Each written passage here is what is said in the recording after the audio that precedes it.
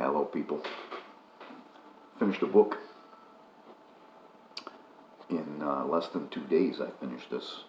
Orwell's a really good writer. It's called Homage to Catalonia. It's by George Orwell, and of all the left-leaning writers and poets and intellectuals during the Spanish Civil War, Orwell really put his money where his mouth is. He actually fought in the front lines, carried a weapon, fired it in anger, was shot at, and eventually a sniper got Orwell right in the throat. And he had to get out of the country. And he actually had to get out of the country when the getting was good for him, because the organization that he belonged to, the POUM, at that time, they had labeled them Trotskyists, and they just threw them all in jail, and sometimes he never got out of jail. This was a really good book. It looks like this was written in 1952. I might be wrong about that. This copy was published in 1980.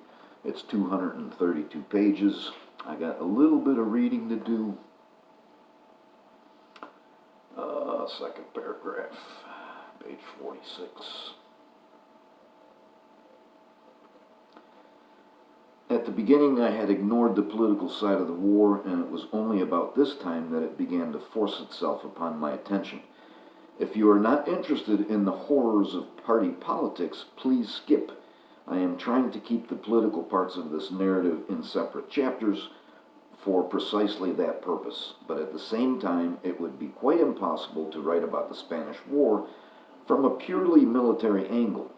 It was, above all things, a political war.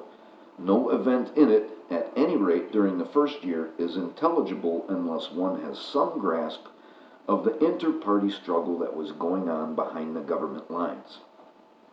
And that about sums it up. I do not pretend to have a great grasp of the inter-political struggle just because I've read 2 books, but Orwell really describes it good, especially since he was in Barcelona when this whole telephone exchange thing happened. The civil guards try to take control of the telephone exchange when for all this time it had been held by like an anarchist group. He was there and involved in the street fighting, although he never fired a shot, and neither did most of the other ones. They just kind of built their barricades, and the other side barricaded themselves inside buildings, and it kept going like that until everybody got hungry, and then they decided to stop. But after that, the communists went after these different groups, and they had to totally disband them. They broke them up and put them into other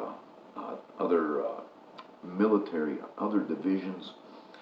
If you were lucky. If you weren't lucky, you got thrown in prison. And how the fuck they plan to fight a war like that, I don't know. And the weirdest part about it is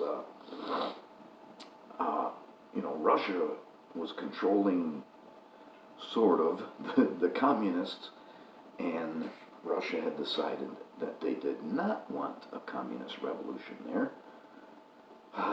for a lot of different reasons. One of them is that they did not want to antagonize Hitler. I mean, that's what I get out of it. I'm not done with the Spanish Civil War. I'm going to read some more.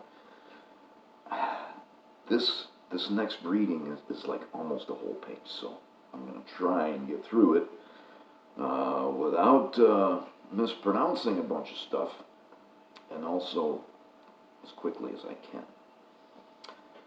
To understand the alignment on the government side, one has got to remember how the war started. When the fighting broke out on 18th July, it is probable that every anti-fascist in Europe felt a thrill of hope, for here, at last, apparently, was democracy standing up to fascism. You have to remember what else was going on. Czechoslovakia, Austria, uh, Germany, Italy. For years past, the so-called democratic countries had been surrendering to fascism at every step. The Japanese had been allowed to do as they liked in Manchuria. Hitler had walked into power and proceeded to massacre political opponents of all shades. Mussolini had bombed the Abyssinians, while 53 nations, I think it was 53, made pious noises off. But when Franco tried to overthrow a mildly left-leaning government, the Spanish people, against all expectation, had risen against him. It seemed, possibly it was, the turning of the tide. But there were several points that escaped general notice. To begin with, Franco was not strictly comparable with Hitler or Mussolini. His rising was a military mutiny backed up by the aristocracy and the church. It's important about the church. And in the main, especially at the beginning, it was an attempt not so much to impose fascism as to restore feudalism. This meant that Franco had against him not only the working class, but also various sections of the liberal bourgeoisie, the very people who are supporters of fascism when it appears in a more modern form.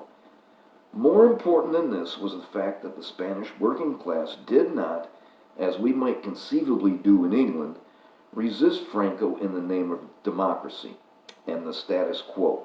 Their resistance was accompanied by, one might almost say it consisted of, a definite revolutionary outbreak.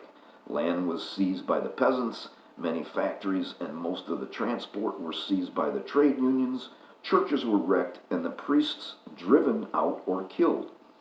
The Daily Mail, amid the cheers of the Catholic clergy, was able to represent Franco as a patriot delivering his country from hordes of fiendish Reds.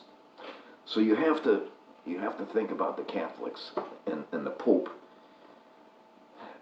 They propped up Franco. They supported Franco. I think that's about all I'm going to read.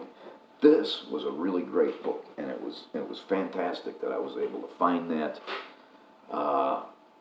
I've already started on the next book. It has to deal with Spain, but I've gone back a few hundred years. Thank you for watching.